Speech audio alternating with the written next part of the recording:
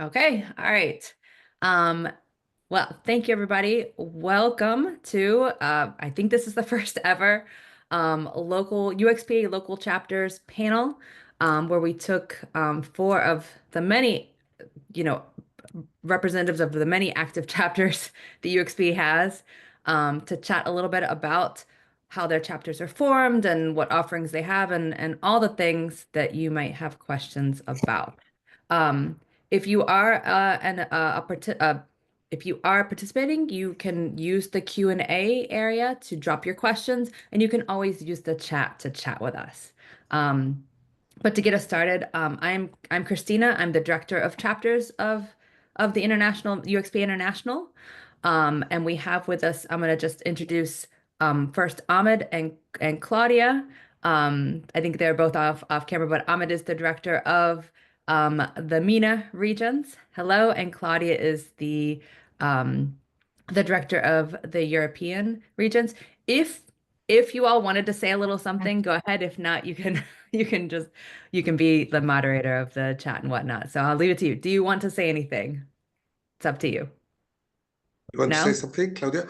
I would just mention we are very happy to be joining and moderating. And also starting to build chapters in the Middle East because all the MENA region is just new to the UXPA. So it's very nice even to learn from you and know about your experience. Thank you very much. Awesome. Okay. All right, so I am very proud to introduce the next four people here. So we've got Carl Turner from Triangle UXPA down in the middle of North Carolina.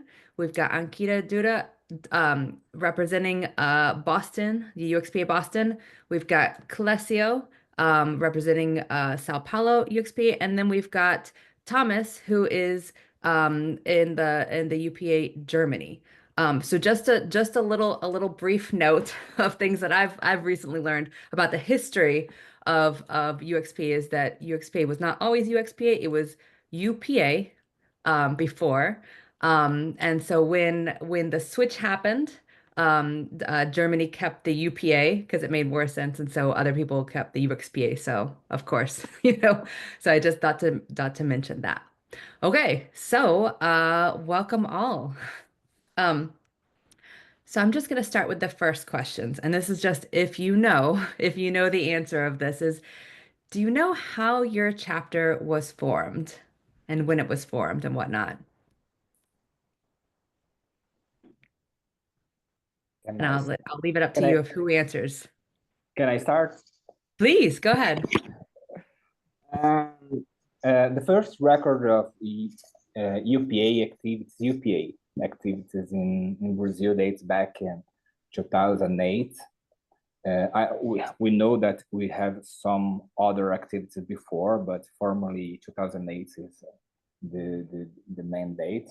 When Professor Lucian Figueiras from Polytechnic School of the University of São Paulo introduced the Usability Professional Association here and to the country. Following this pioneering effort, UXPA São Paulo was founded as informal collective in 2000 and 2012 when we have the change of name, probably. And aim to promote the practice, to community, and everything we already did here. And in 2019, UXPA São Paulo officially became a non-profit organization, formally, strengthening the structure of expanding our activities here. That's it. Thank you. Who else wants to go? I can go next. Oh, Carl, did you want to go first? Go ahead, please. Okay.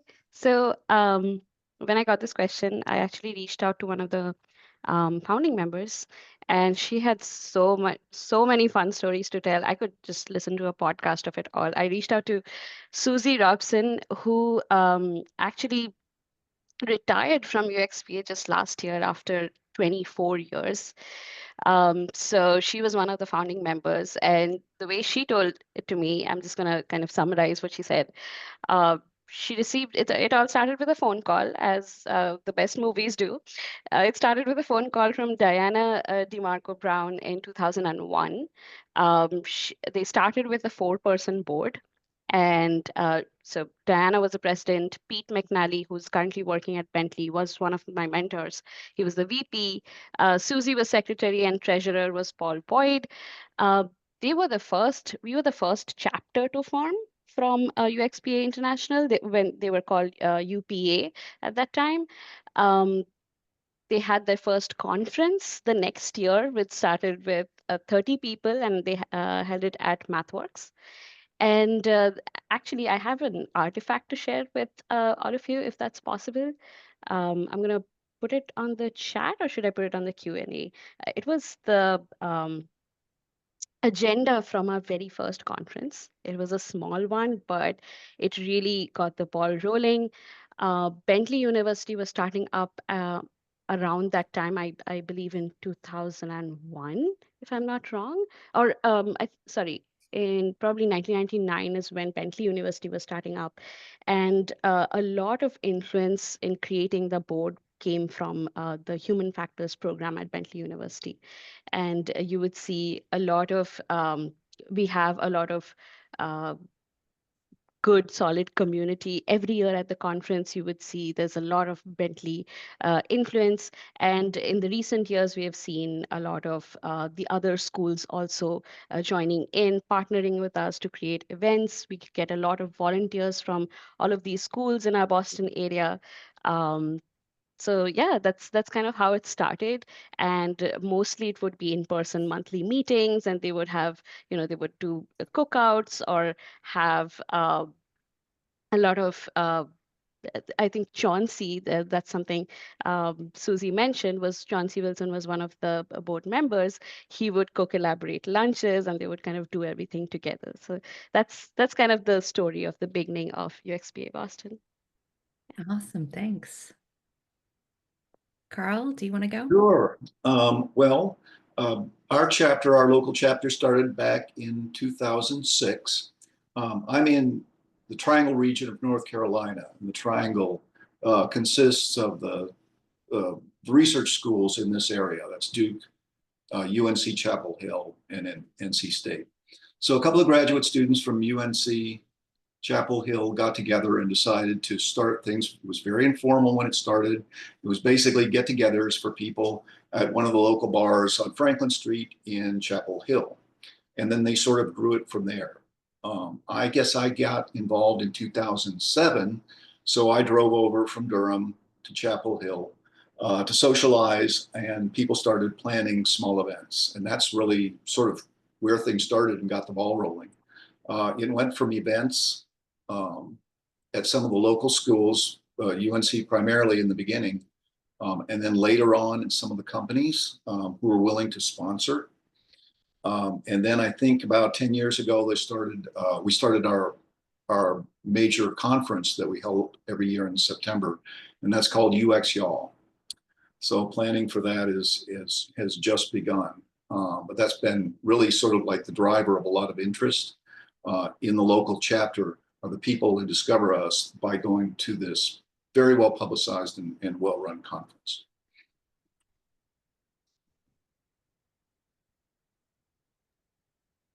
If you want, I can go next. First of all, as always, I'm very honest, I didn't know the exact date, but as we are Germans, we had to form a club because you have to have a legal entity registered in Germany to work as an organization. So I found the founding documents, and it was the 28th of September 2002. It was around 6 p.m. when officially this group of people that came together said we want to start the German chapter of the UPA and want to register it as a club. And looking at these old documents, it was 12 years before I joined the German UPA. Most of the things that we are doing now already have been kind of been around there. They talked about having the mentioned computer conference together with the Gesellschaft für Informatik, which we still are doing together, right? It is about a certification of or creating certificates for UX professionals, back in the days called usability professionals. It's all about bringing the community together, doing some branding to create a lobby for that, what we're doing, right? And to make all of our stakeholders aware of what we are doing. So making the field of UX more known within Germany. And also doing that by creating regional groups, which we still have. So in each city, or in many big cities of Germany, we have our groups. Plus, there are some working groups that work on specific topics. Also, that was an idea back in the days, and this we still have. So the organization itself kind of evolved and we grew, but the founding ideas are still there. It's fun to have a look at that. I'm cheating a little bit here by looking at the document, but yeah, it's 2002, so it's a while, but fun to see that. That's awesome. That is not cheating at all. That's doing your homework. And wow, 6 p.m. That is very specific, and I would expect nothing else from the German UPA for that specificity. So, well, you've already jumped into, I guess, the offerings of your chapter. So I'm going to ask everybody here, what does your chapter offer? What do you what all do you do? I know a few people have mentioned conferences, but go ahead and talk about that.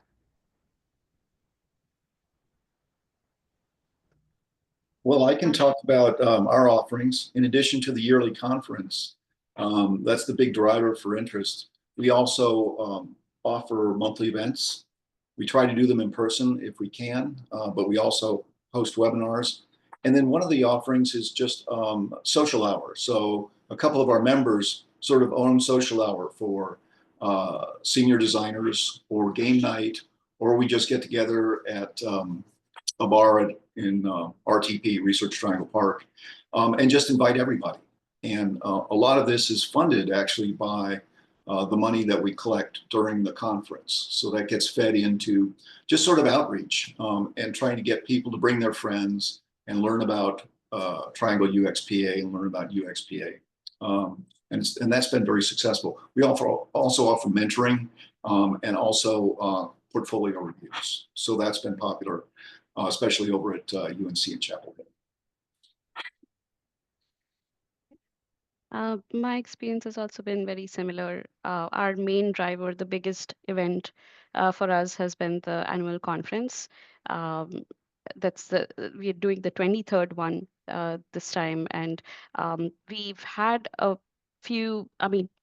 lot of our founding members have now gone, so our board is currently very new, and we're learning as we go. We're kind of looking into how we can make this more efficient, maybe kind of get our tools together, maybe have a different one, and we're kind of looking into these things. And in terms of events that we're offering, we're also starting up the UX Fair again, that was gone for a while. This is kind of having an end of the year event and not just limiting ourselves to the conference.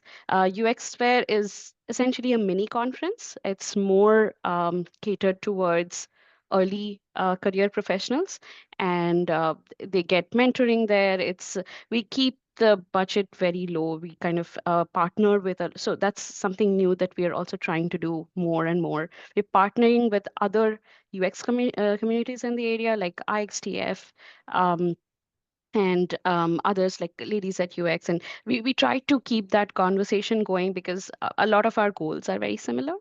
So apart from those two, we do have monthly speaker series. We could do that online. It's mostly been online, but if we find a space that we can grab for less or zero expenditure, we take that. We also look for nonprofit spaces which are available to us.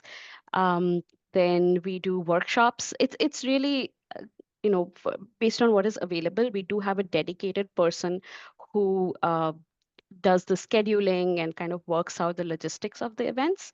And sometimes it's just, pick a place that we're meeting at this bar at some time, and we get at least 20 people showing up. And it's always fun, even if it's a small crowd. It's we just want to talk shop. That's mostly what we are doing. Yeah. Maybe I can continue, you like, yeah. So yeah, from that perspective, we do also various activities that are focused on young professionals and students. For that, we have two events that are called Summer and Winter School, where a small group of students or young professionals come together with people out of agencies or from bigger companies that are in the field of UX, and they have sessions over the course of 3 or 4 days. So they really get to know each other very well. It's a good communication spot, right? And a good way to find talent for the companies, and also for the students and the young professionals to have an orientation where to go to, right? Is an agency something that fits my lifestyle and the way I like to work, or is a bigger company more suited to my needs? So that's a format that we do, I said, twice a year as a summer and winter school. We also have a mentoring program where we obviously bring together in a one-to-one relation. Also there, more experienced UX professionals and younger ones. We have some media that we share mostly with our members, but good parts of it are also available to everybody else. So we have an online media library where you can find many recorded sessions, online recorded sessions, and also sessions we had at our events like Dimension Computer or like the UX festivals. You can watch real live there. We have a podcast that we do, and then these working groups and regional groups, they have their own formats which are very different, right? There are formats like, it's called the Usability Test Essen, very German, halfway German name. The format is fun. It came to us because it was open source. It was founded by a small agency very close to Frankfurt here, and the idea is basically there's a company that provides some space, and they provide pizza and drinks, and you can go there and have your product with you, and the attendees there get the pizza for free, can see can get to know it, can get to know each other, and do testing on these test stations. So you can do usability testing on a very easy way. And in the end, it's pizza and drinks, so people get together and have fun. So that's something we also have, and these regional groups do this as one of the formats, which is really specific. And then we do similar things as you others also described, where we have sessions where there's somebody speaking, or we have workshops, or we have these get-togethers. So that's across all of us. Yeah. Great. Me now. Here in São Paulo, we traditionally organize some large events like World Disability Day and the Global Accessibility Awareness Day. And traditionally, we had meetups and mensually meetups, and we conduct research called Panorama UX here, to a survey which gathered to insight about the states of UX practices in Brazil. This year, we resolved to take a step back and stop some activities, because the last panorama was a little, we was a little concerned, because the theme of UX is seems less interesting to people here. I don't know why, because in 2023 we had around 2,500 respondents to the survey, and last year only 800, and it was a quarter. and we decided to stop and understand what's happening before and take some new actions. We are in this year in a transition of directors in local UXPA, but we have we know that we have people all the time ask for the events and the network and all, and soon we pretended to return it all. Awesome. Thank you. Well, I'd like to ask then, what are the board member roles on your boards? If you all can kind of talk a little bit about who's on your board, who are the volunteer board members that are doing the work, you know? Yeah. I can go. We have a 9-person board, which consists of 4. Oh no, that's not the word. Sorry. So we have a 9-person board, which is kind of divided into 4 directors, and the rest of them are officers. Usually, to be a director, you would have to have at least 1 year on the board. Like, I have experience how it works. It's the president, vice president, which currently that's my role. Then we have the secretary or clerk, and we have the finance person, the treasurer, and then the rest of the officers are, we have website and communications, we have marketing, which is essentially we do outreach a lot. Then we have the conference chair, the conference committee. We have the monthly speaker, the person who does the events or the monthly stuff. So it's essentially the 4 main directors, and then the directors can also be part of committees which are chaired by the officers. And we have and the way to get into the board would be the elections at the which are held at the conference. And to be eligible to vote, you have to be part of the New England area or have to have membership in form of our membership. Essentially, it's a tricky one, but you either have to reside in this area and also be a part of our Slack channel or be subscribed to our mailing list. That's kind of the overall of what makes you a member. And membership is, of course, free. We collect no dues. And if you're a member and attending the conference, you can select your ballot, can vote for the number of positions that are available. And we're actually doing that again this year because we have 3 open board positions. And interestingly enough, even the current some of our directors, their tenure, 3-year tenure is getting over, so they would also be on the ballot. So they would have to be elected again to get on the board.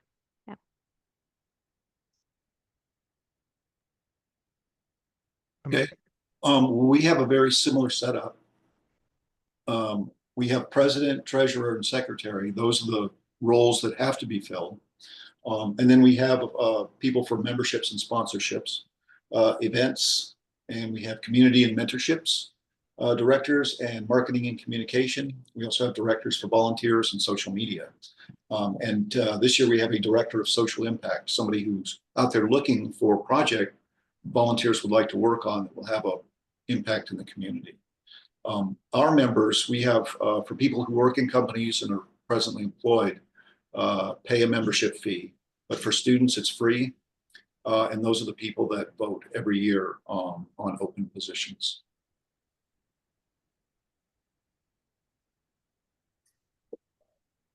Well, here, UXPA São Paulo follows the Brazilian legal framework for NGOs. So our board is composed of 6 members, with 4 currently active.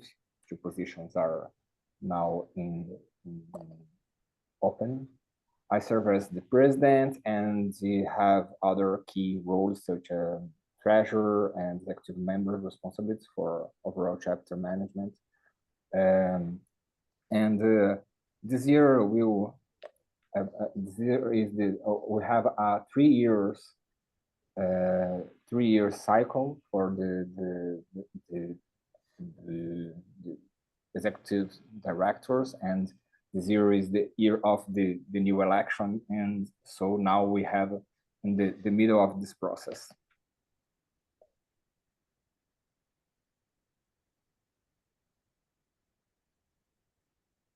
I can go next again.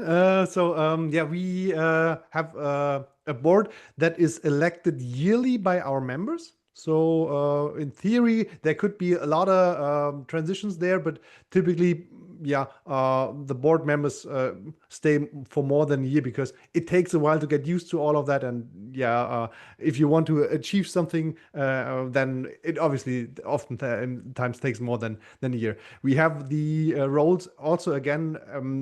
Yeah, as per the German law, we have to have a president for our club. We have to have a head of treasury and a head of secretary. These are the required roles. They do the things that you can imagine, right? President kind of trying to hold all the strings together and communicate a lot. The head of treasury has some support by internal controllers. These are also required as per German law. These controllers are also elected by all of our members independently, so they are not under the direct control of the board, because they are the institution that controls that the board is handling the budgets and the money as the members would want to have it. Then we have some more roles in the board. The vice president is responsible for all of our events that we host ourselves, and also is the person responsible for the part of the German UPA within the mentioned computer conference. So that's the role of the vice president. Then we have the head of professional development. This person is overseeing all of the work that the regional groups and the working groups are doing, kind of steering our the way we look at the industry, and looking into kind of giving themes and topics for the community. Then we have PR and marketing, which is supported by someone who is working for us. So we have there also some professionals, some real professionals, not volunteers as the board members are. There we have someone for marketing. And overall are supported by a COO role. So we have a small bureau that is kind of keep the club itself alive. And then we have a lot of consultants to the board that are focused on specific topics. For example, we have a consultant that takes care of the yearly industry report that we do. So that's the role there. Then we have for these regional groups and the working groups, 2 more consultants that support our head of professional development, because it's actually a lot of work. For example, it's 20 working groups. So imagine there's a lot of communication ongoing and a lot of stuff to do. We have national experts that are our bridge to the UXQB. It's a certification entity that is also located in Germany, but has certificates that are at least known in Europe. And we have there the relationship in kind of controlling and having some influence on the curriculum and the way these certificates are developed. We have one more that is taking care of the accessibility of all of our publications, the websites, and our online formats. It's a shame, but still we have to improve there. To be very honest, we ourselves have to be constantly working on that because we're not perfect here.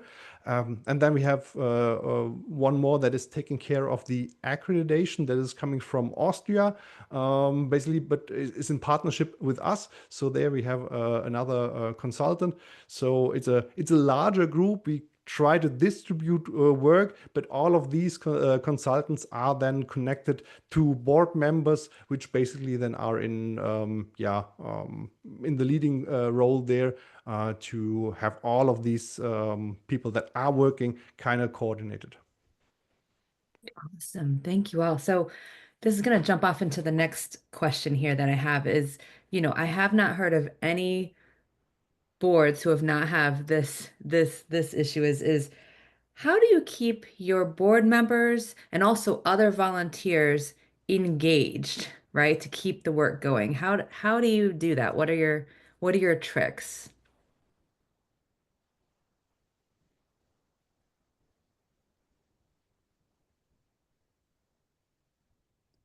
I don't know about tricks. What we do, we uh, there are a few things that give a lot of motivation back to all the people doing that work, and that's good feedback coming out of the community and out of from the people that attend our courses, that attend our events. This is what we currently get a lot. So this kind of creates a loop of you have motivated people that creates good events, good publications, good formats, right? And then it keeps going, but it's you can't take that for granted, right? It's that's the thing.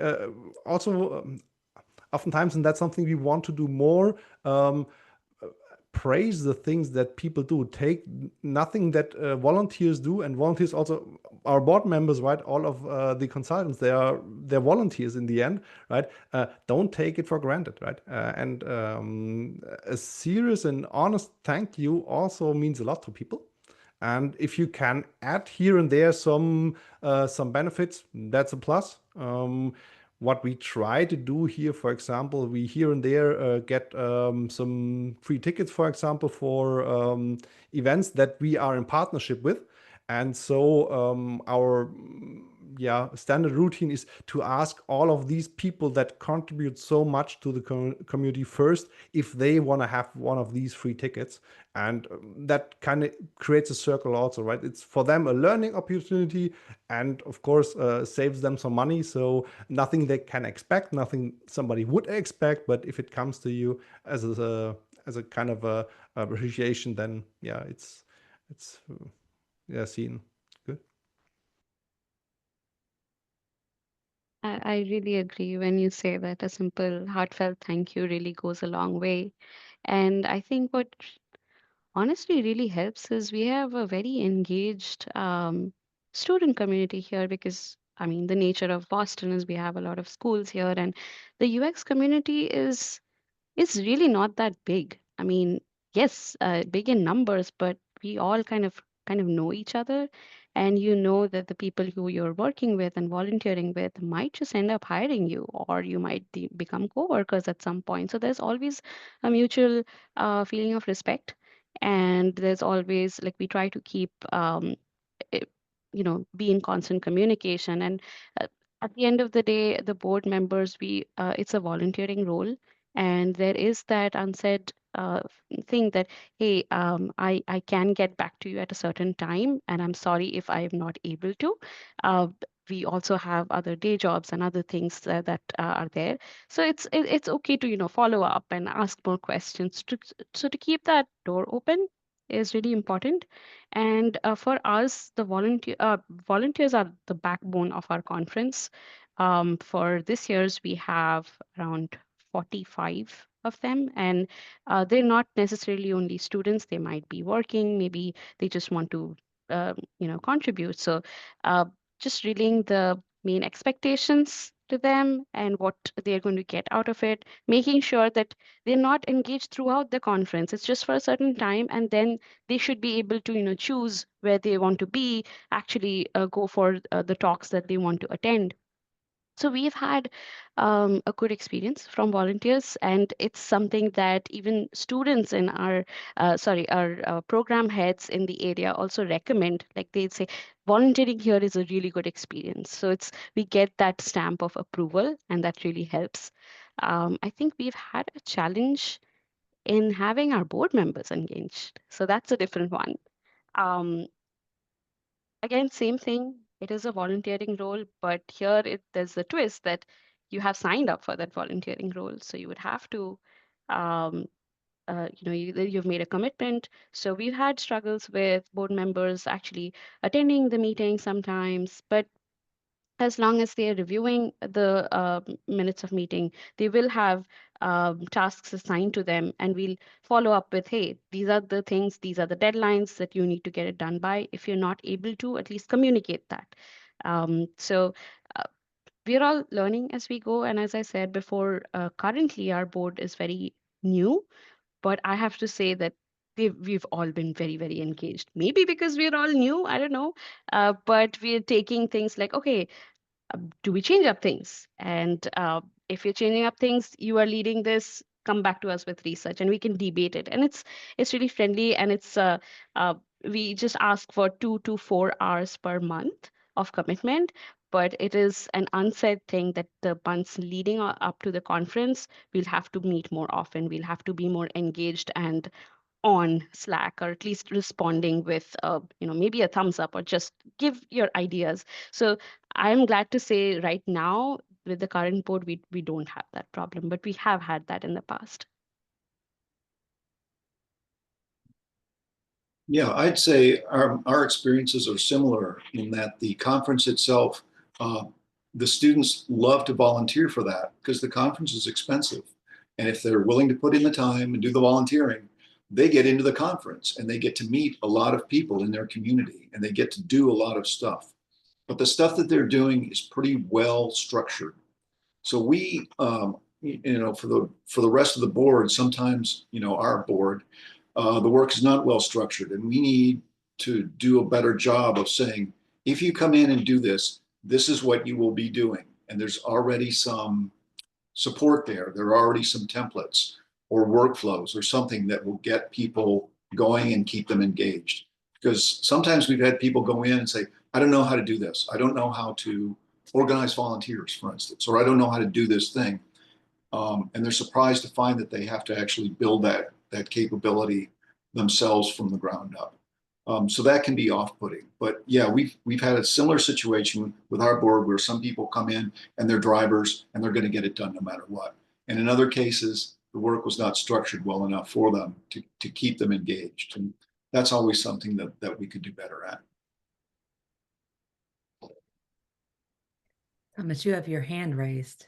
Yeah, because while listening there, I heard something that, or out of that came to my mind and got me a reflection of how we create events. This UX festival, I'm wearing the T-shirt of it, and it was a community idea, and we had a group of, I think it was 7 or 8 people out of the community, and they all had ideas. And the way how to motivate them was, this was our playground. We started this journey together. It was kind of a common get-together thing, a common idea that came out of that. And the German GPA provides the playground for people to kind of bring their talent alive, right? And create something out of that that can become a format like the festival, right? We had someone who's doing yoga in free time, and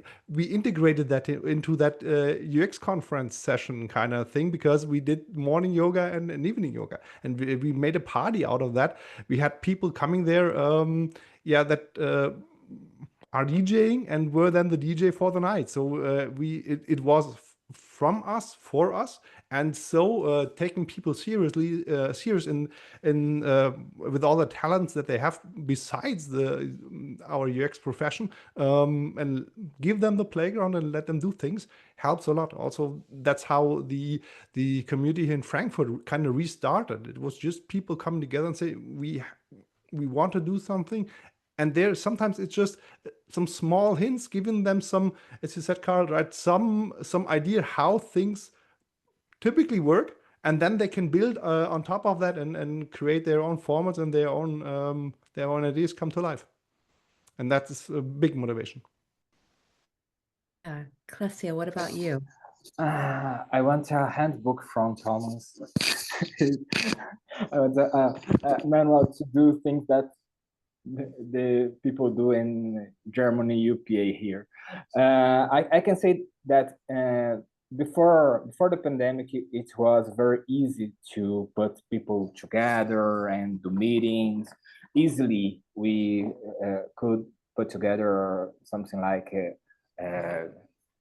100 people and more. We did the event with something like 1,500 participants. It was very easy, and the invite was it was so easy to sold out. It was sold, but to sold out. But now we have a little more challenge time to the board members and to the volunteers and people in UX here. I suspect with a little some factors here in Brazil, we had a hype of UX in pandemic, and a lot of promises of high profits, high salaries, and the easy jobs, something like that. And nothing is so easy, and people was a little disappointed with the UX area. And now people even do not identify themselves like UX professional. It's like product designers or other things. And we're now trying to put the things in order again. This is the moment, because it's difficult to talk about to UX like professional now. Companies that had an entire area like in UX now has UX like acknowledgement, not a professional area. This is the moment here, and it's but when in contradiction, when we talk to company C-levels or other people that decision makers here about UX, they know that it's an important area and everything. But I think that the communication of the communication of we do, the importance of we do is a problem now. This is the main problem we are thinking over it now in UXPA São Paulo. We know we have 4 passionate board members that is working to solve and bring back the passion of the people for UX. And that the other 2 members that is not more active here, it's mainly because they do not identify with UX anymore. They now is identify like other things, like someone goes to marketing, and the other for product, or the other for other areas, and the design areas. I feel that is not so. There is not so much status. It's not a high status now in Brazil that it was before. This is our challenge now. We are working it. I'm so glad you brought up the challenge, because that was going to be my next question for everybody is, recent challenges that you all have been going through, and maybe how you are hopefully pivoting, or what you're doing about those challenges. Who wants to speak about any recent challenges your chapter has been happening, or even your community? Could be your community as well, community or chapter. Who would like to speak about that first?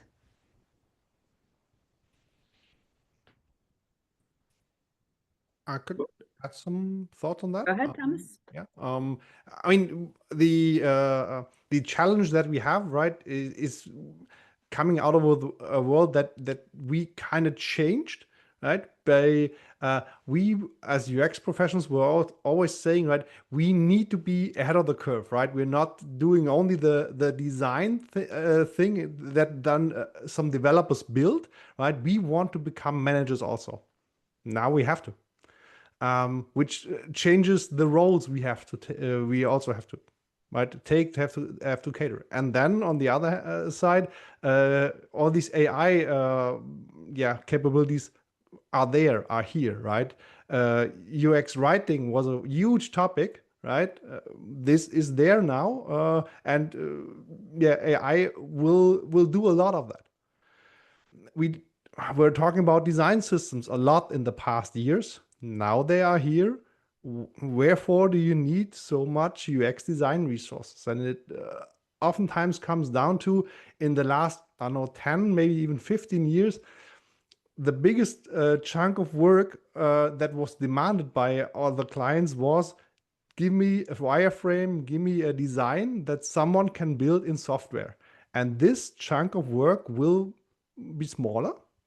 But there are other things that we as UX professionals, with all of the methods that we have, right, thinking about user journeys, all that stuff, right, will become way more important, I think, because we will come to a world that will be less dependent on visual front ends.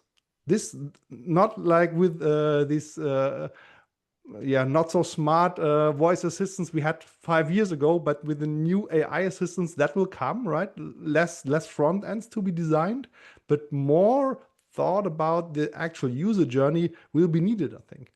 And this is the shift of the role. And this is something we as community see.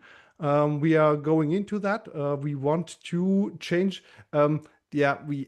We have a so-called Berufsbild, which not really translates well into English. It's kind of how we see ourselves and our profession, and that what are our roles, what our capabilities are, and what are the underlying principles we follow. And we as German UPA have written these down and try to bring them alive with our community. And luckily, there's also the Bitkom, which is the biggest computer science, informatics, IT association in Germany, is also looking into that and wants to describe roles. And we are partnering there, having a workforce together. So they are hosting it. We are taking part there. So defining and redefining what UX professionals do will be very important, because it's important to us and ourselves to have this really sinking in, and we as community have to understand this, and then again have to talk to all the stakeholders in all of our companies, in all the agencies, to the market, right, to all the HR people. What do we actually do now? And what is maybe also different from that, what we did in the last 10 to 15 years. And that's a very important bit. And for that, we want to do the groundwork by updating our self-description as UX community in Germany. Thank you.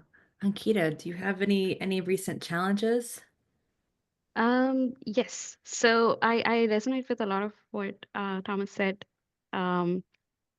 The idea for us in UXPA in Boston here, I mean, just thinking about the history and the culture in Boston as well, right? That we take things very headfirst. We are bold about speaking out about the things that are happening around us and which directly affect not just members of our community, but also the world around us. So our current conference theme is also about it's called shaping change, designing for a dynamic world. The thought is not just limiting the theme of conference to address those things, but we are also I mean, we have topics. If you look at our schedule, we're directly talking about elections. We're talking about AI. We've seen the last year, in the last conference, our AI topics, we categorize it under emerging technology. There were so many people in attending. The room was overflowing. There were people sitting on the ground, like we didn't have enough chairs. And this is a big conference room that we're talking about in Sheraton. So based on that, like we make changes that we see that there is an emerging interest. We see so many people trying to fit into a room, so we move to bigger ballrooms. Like let's get more people in, but also at the same time addressing the fact that none of us know a lot about AI. I mean, you can't be an expert unless you have specific data and to back yourself up as, okay, why are you presenting there about things that you are probably not aware of? So addressing those things head first. Then we're also seeing a lot of shift. We're comparing data constantly. Like UXPA Boston essentially started off as a research organization. That was our strength. We started off with research. We came in, design came in, and Claudia was talking about my product. We're kind of moving things around. But we also have to be aware as a board itself that we also have to change our mindset that UX is everywhere. If you like it or not, it is in product, it is in marketing, it is in a lot of things. So how can we change with the times? Do we need to change the categorization itself? This year we saw a record low number of presentations for research. And we are thinking about it, like what changed? Why are people talking about emerging technology product more? It's just maybe the definitions have changed. The language has changed. So is it because the research community has been affected a lot by the layoffs that are happening? Is it a direct reflection of what is happening around us? So these are constant conversations that we have within our team when we meet, and then we try to take proper action. Maybe it will be very small. Maybe we'll just tweak a thing here or there and kind of do that A/B testing. So these are the head-on challenges that we face, even while designing the event itself. And in smaller areas, we try to kind of really talk to people and see why are you not interested in attending the conference? What exactly challenges are you facing? We have so many layoffs and so much happening around us. So kind of trying to do what we can, but also knowing our limits, that we don't have an unending budget. We don't that to offer scholarships or to offer jobs. So just also being realistic about it. So yeah, I think that's what I wanted to say. Yeah, thank you. Carl, what about you? What about you all in Triangle UXPA? Well, one of the things that we know is going to hit us are sponsorships. So one of the things that really fund the conferences and also the events through the year are the sponsors, the companies who see value in what we're presenting and are willing to invest in it. So we're going to go back to companies that have been hit by funding cuts, have had to do layoffs, and I completely understand when a sponsor says, sorry guys, can't do it this year. And we've also had people personally affected by layoffs who we were counting on to do a particular job. And you can't very well go back to the person and say, hey, look, you committed to doing this. The situation now is different. So those are our challenges. It's like to take care of the people that we have, but also keep trying to do what we've been doing with sponsors or companies that have really been hit hard. So we need to think through this and find out or figure out what other sort of value we can add, or what we can do to sort of mitigate the impacts that we're seeing right now. So those are the challenges right now. Yeah. Claudia, do you have any other challenges that you wanted to mention? We don't know. We think that the main challenge here in São Paulo is the thing is the state of UX in Brazil now. And the other thing that Thomas talked about is a lot of people wanted to go to a leadership position but few people was prepared to do it. And what happened is we had a lot of leaders here that do not literate, and after they started to manage some group, they was aware they was not prepared for that. It's like a goal of the career, but we know now that not everyone is prepared to be a leader, and was not prepared to be a leader, and this was I think that it was a huge problem here, huge problem, because people that I think that a person that was a good professional, a good UX professional, and can do great things like a good professional, not every time will be good to handle people problems in every day, like a leader in every moment. And what happened is I know a lot of cases of people that was burned out after goes to a leadership position. And we talk about this because we remember some conferences of UX, some Latin America conference, and all the time the subject was leadership. Nothing about nothing about the user experience, nothing about skills. It was all about leadership. And not leadership. It was like a job conference, not a UX conference. Yeah, and this is now a challenge because this caused damage to our market here. It's part of the problem because we know. The companies, the company goals is the result of UX, and what we saw here is this lack of leadership, because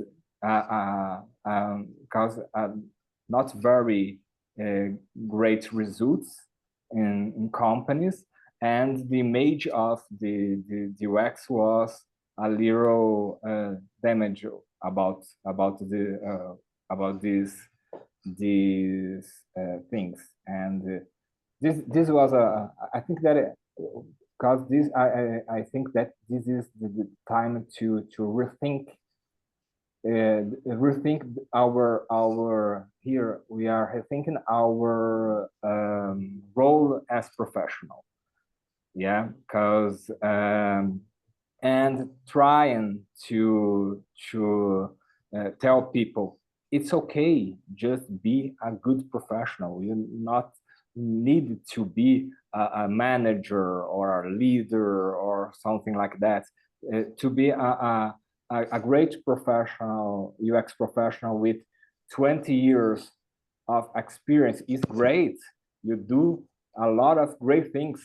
No, you don't need to change what you do to be a better professional. So it's part of the things we are trying to handle now in the chapter. It's this new scenario. Yeah, thank you with that. Well, I want to ask another question here because we've been talking about challenges. I just want to jump into, tell me like maybe a recent win that your chapter has had, or maybe a favorite offering that you recently had that just went really well, or whatnot. Who wants to talk about that, like a recent win that your chapter has had?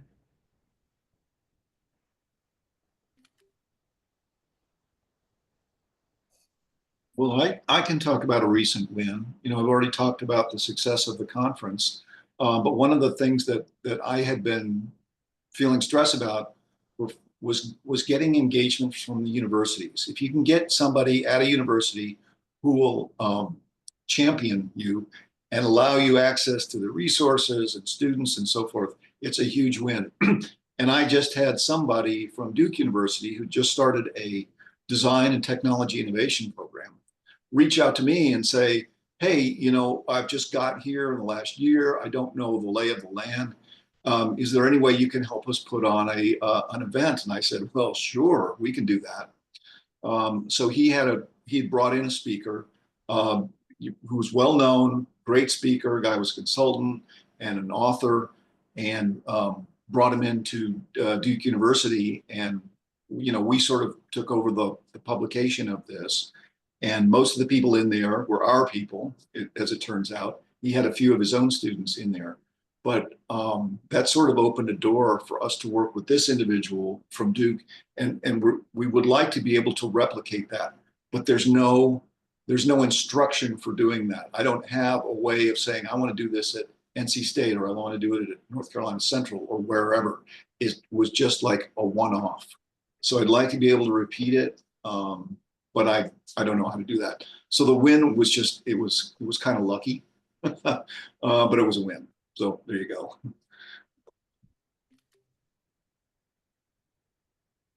I love that. We've been talking about having program head ambassadors or even student ambassadors to reach out to newer populations. I think the idea that we have been kind of floating on all this while is, oh, UXPA is popular. If you're in the UX field, you know about UXPA, but that's absolutely not true. That's an echo chamber. And we have to understand that we have students all over the US, or not just students, but professionals all over the US and international coming into Boston every year who have never heard of us. So we kind of word of mouth, I think, is still our best outreach possibility. But to reach larger audiences, we are manually looking at schools in the area, community colleges, and all of them, and trying to do that manual outreach. It's just a start. Sometimes they just become cold emails and we never hear back. But maybe it will be at the back of their heads, and one day they'll Google it and reach our conference or just reach out to us. So we've been really working on our messaging, and I would say one of our main wins this year, again, as a newer board, we have been looking at our finances very closely. Even though we have a huge conference, like more than 600 people, and it's actually come down a little bit post-pandemic. Earlier, we used to have 1,000 people at least attending, and we're trying to get that attendance back up. So we're looking at really through our UX lens, consolidating our tools. And with this year's conference, we have consolidated 3 tools into one. We've moved to a new conference website, and it's been really good, like for scheduling, for getting reviews and submissions in, and also just like having that interactivity. People have been responding really well, and we're looking into more marketing outreach tools um, to get access to people that Carl was talking about, like how do you reach out to universities, how do you like get those contact information ethically and kind of reach out to them. So we've been looking at new ways, so which has been a bit of a refresher, and we're also introducing new things to the conference which have not been offered before, like headshots. And we're getting people who are in the job market right now might benefit from a headshot, so can we get that offering there? We're bringing in live podcasting which people can interact with. We're just like really trying to see within our limited budget what creative things can we do to pull more people in. So that's been a good win in our brainstorming side of the meetings as well. So we got that done and it's happening.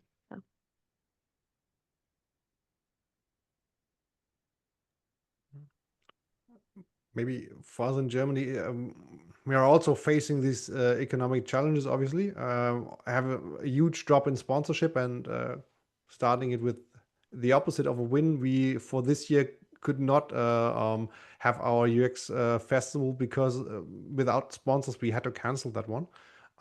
So that was a huge bummer, and was also one of the biggest events and main points why people are members, right? But we were discussing this with the community, and we also saw in advance that the sponsorships for the club themselves, because we're not only having sponsors for events, we also have club sponsors.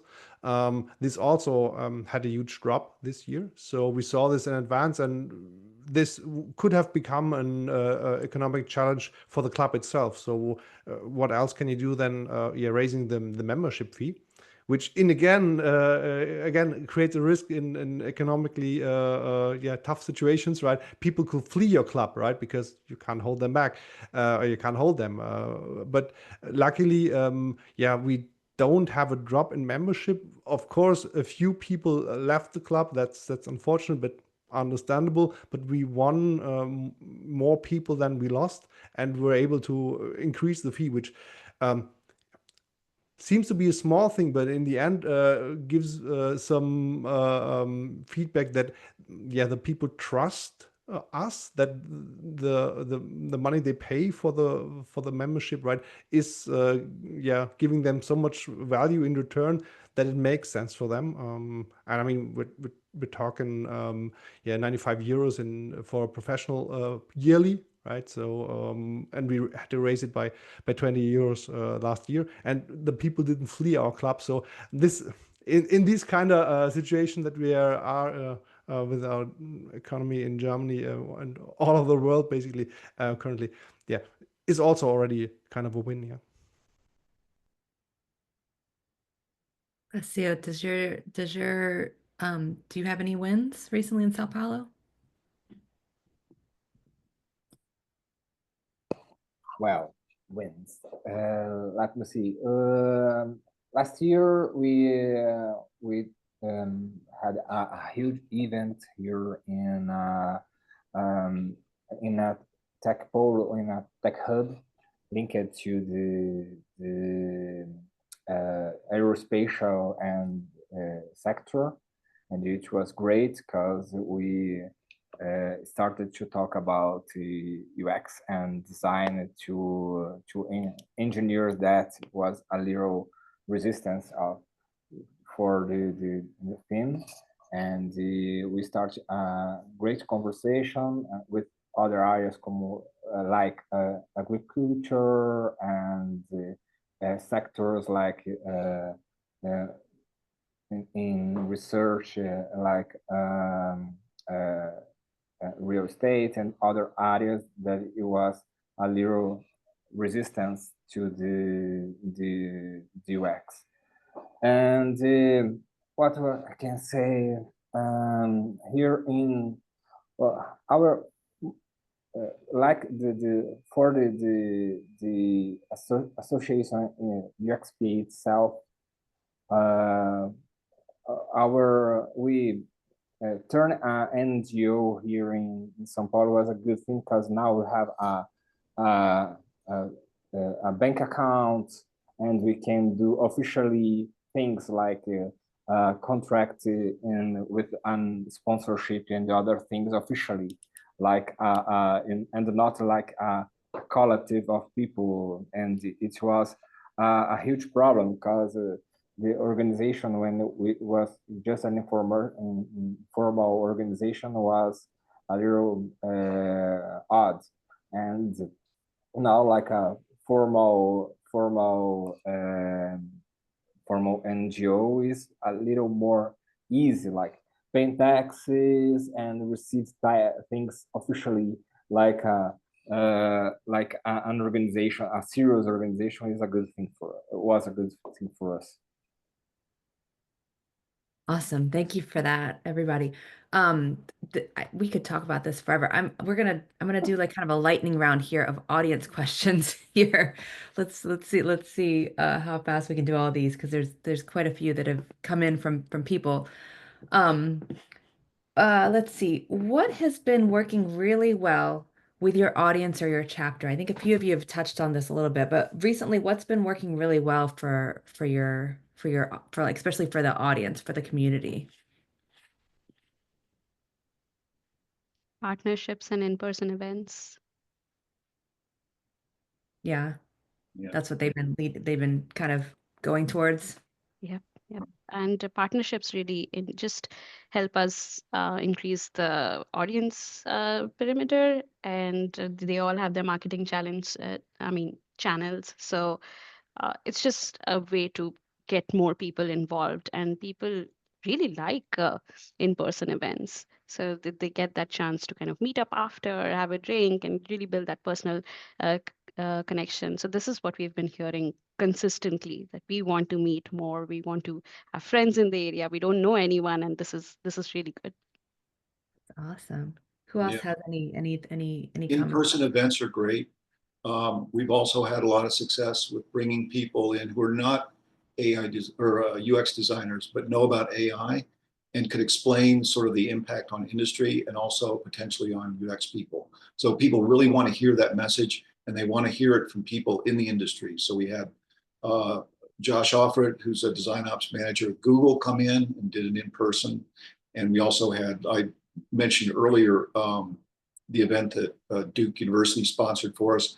They had a speaker come in who could explain AI and where we are with AI. And people really latched onto that because they want to know how this is going to affect them.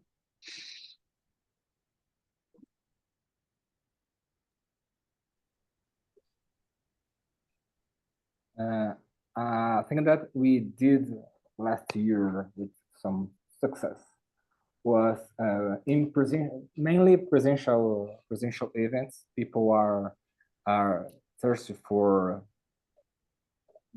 come together with other professionals. It's a post pandemic effect, and we did something like meet and greet with UX influencers here in Brazil, like book writers, people who has channels in YouTube, and this was great to attract more young professionals to the chance of know great professionals and the people that there is some influence in the community, and it was great to stimulate and it had a great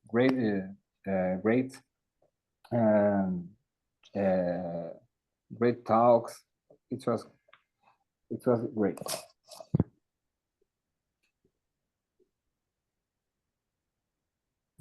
We kind of see both, but might also be, as we are covering a country itself and not a specific area, that we have the demand for in-person events for sure, right? Here in Frankfurt, for example, I think it was 2 or 3 weeks ago, we had the 5 years celebration of the kind of restart of the community here. And in the beginning, there were 3, 5, 6 people, and then for that event there were 30 people, and this is what we typically have, and these are monthly events in the city as big as as big, small, how you want to say it, as Frankfurt. And on the other hand, we have a lot of demand for this asynchronous things like our media library, right, where people want to rewatch and want to watch relive the events that have happened because they couldn't make it at that point in time. So having both ends catered with in-person events, which means you have to go there, right, you have to be on time and all that stuff, and on the other hand having the possibility to give something on a as you like basis, and both has huge demands, and we see that with the numbers in our media library. A lot of things are there, and this is content. This is not it's not like a YouTube video or like, I don't know, a reel on Instagram that has a spike. This is really content that is long-term content, and we have views and people engaging there over time a lot. So and this is really something that is sustainable. So we're happy to see both there. Awesome. So I've got another lightning round question here. Is how strong of a connection does your chapter have to the UX industry? And how much of a benefit is that to your community?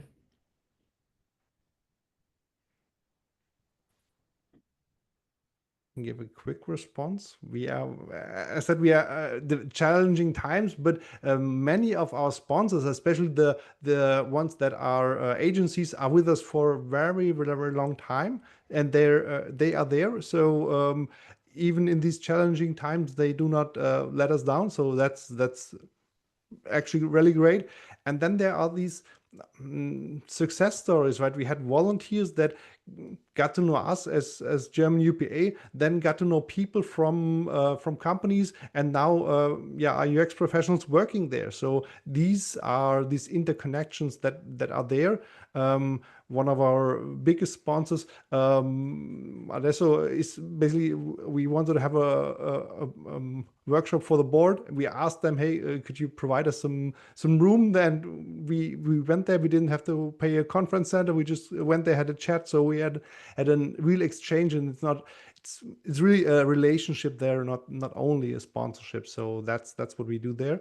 And we're very happy to have this very intense connect there. And a lot of these companies that are our partners, there are very active UX leads or UX professionals that then are in our working groups and all the other formats that we have very, very much present. So it's woven together. Yeah. Anybody else have chapters that are kind of tied a little closer to the UX industry, and how that can speak about how that benefits the community? In the Go ahead. No, go ahead, please. Oh, sorry, I was just talking about, you talked about benefit and connection to the UX industry. I would take this opportunity to kind of talk about a couple of gaps that we have seen and we have been talking about. Like, for example, we have this UX conference and UX meetups, and we have that label UX in front of us. I mean, all of our events, right? I think what we end up doing is kind of alienating also the people who we work with who are not UX professionals, like developers and other engineers and people who should also be ideally attending the conference, because there's no point of just being in that echo chamber and talking about UX when the very important stakeholders, I would say, are not involved in the conversation. So that's one thing that we have been trying to kind of get people in. Second, because of Boston, I think we have a lot of focus in the up and coming folks in the UX field who have probably boot camp graduates or have done some kind of program, or hasn't done it. But we do have a lack of offerings for more senior folks. Like, how can they keep building their leadership qualities, and can not just give back but also keep learning themselves? So that's one more thing that we're trying to solve. And third, I think we have a lack of events that are not wellness focused. They're just like about maybe having going to a bar where you have to spend money, and there's a lot of offerings there. I know, Thomas, you talked about yoga sessions, which was like great.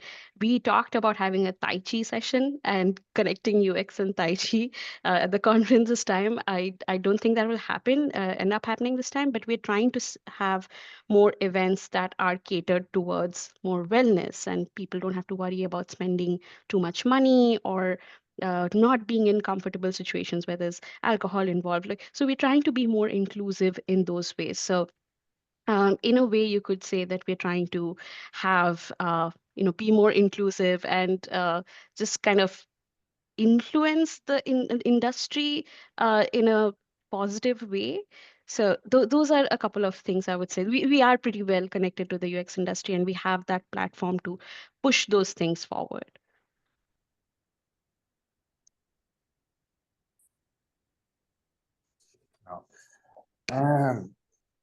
We in the past it's probably couldn't be a easy question to answer, but now I'm have a little difficult to define a UX industry here, because it was easy in 3-4 years ago to identify some startups or tech companies or people in agencies or consultants and other areas that identify the companies like UX experts or something like that, or it was a design department or UX department. Now is a little more complicated to do that, I know I was complaining a lot today, but it was a reality here, and it's a little complicated, and it was easy. For example, when we had some happy hour, UX happy hour or something like that, some people go to offer drinks and this kind of thing. The company is together, and it was very easy to have a coffee break or something like that. Today is very, very difficult to do that. Very difficult to do the things. And what we are trying to do now is to connect with other industries that was not so connected to UX in the past, like industry was more focused in engineering or other type or agriculture or other type of industry that was not mainly centered in the design of UX, and we are trying to explain the culture of design, culture of UX, and this seems to be a good thing. It's now we are trying to reconnect with other type of industry, not like people who knows what is design or knows what is UX. Yeah, so we're running out of time. So I want to ask just one more question. One more quick answer. It's, if you could, how can I say this? Because I didn't prepare this question at all. What is like a one-liner or maybe 2 sentences of advice that you can give to other chapters? Maybe chapters that are going inactive, maybe they're decreasing events, or maybe there are, a few people in a certain city area that they're trying to start something completely new. What's some advice that you can give to them? Because you all are coming from very active chapters, right? It's kind of easy to get to kind of keep the ball rolling a little bit faster. But do you have any advice, anything that you want to just, any encouragement for them? So who wants to give the first motivating line for those chapters? I would say, start small and find the people who are willing to put in the time and be team members and enjoy doing it. This can't be imposed on anybody. You got to have to really like it, and you got to be willing to start small, but also reach out to the chapters and say, hey, do you have any templates? Do you have any workflows? Do you have anything that I can just use to sort of bootstrap my own effort here? I mean, that's what I would tell people.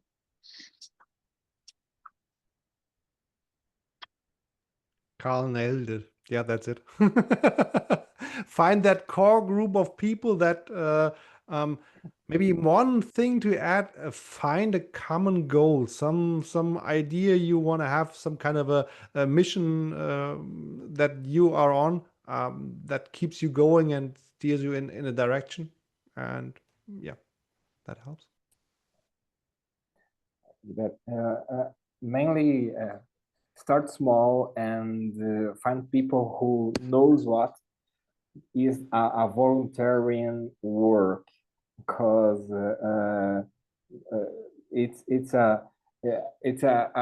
we need to donate a lot of time, and sometimes it's not a visible return of all this, and not every people are, every person are prepared to this. And so we needed to find people who have the same goal, and and it is the easiest way to do its work. I would say don't be afraid to ask for, don't be afraid to ask, don't be afraid to reach out, and don't take silence personally. With 24 years of UXPA Boston, I've only been here for the last 4-5 years involved, but it took so much time to reach where we are. So even if you start with one more person, that's a group. So that's a start. Yeah. Yeah, thank you so much. Thank you so much for that. I appreciate all of you. Thank you so much for joining with us. Ankita from Boston, Carl from Triangle UXPA, Thomas from German UPA, and Clesio from Sao Paulo, and even and our regional directors here that have joined us today and helped out, kind of moderating the questions coming in. Ahmad, who's the regional director of the MENA region. Oh, I love your background. And Claudia, who's the regional director of the European area. Thank you so much again. And if I'm just gonna, here's a plug real quick. If you are someone who's trying to start up a chapter, please reach out to us. Reach out to your regional director. If you happen to be in the Americas, from Canada all the way down to, to Chile and Argentina, reach out to me. I'm also the regional director of all the Americas, Christina Manikus. You can reach out, and also my email is chapters@uxpa.org. So please feel free to always, reach out, and then, reach out to us. And then, of course, connect with your other chapter leaders, because I think, as we have shown here today, I think we're all trying to help each other out, knowledge share. So I really appreciate the panelists for joining us today and like helping out to share your knowledge. Claudia, did you have something to say? Oh, she's waving her hand. She's waving her hand. Okay. All right. Well, thank you. I will let you all go now. But I really appreciate, from the bottom of my heart, thank you so much for helping us out here. And hopefully we can do this again. It's been an hour and a half, and you all have been just in it with, helping us out. And there are like 1,000 more questions that we had, but we cannot do them all. So anyways, thank you so much, and have a good rest of your Saturday. Good evening, good afternoon, good morning from wherever you are. Thank you all for joining. Thank you Bye. for organizing. This was great. Yeah. I learned so much. Yeah, thanks. It was great to see all of you. Thanks for organizing. Thank you. Thank you. Bye-bye, everyone. Thank you. Bye-bye.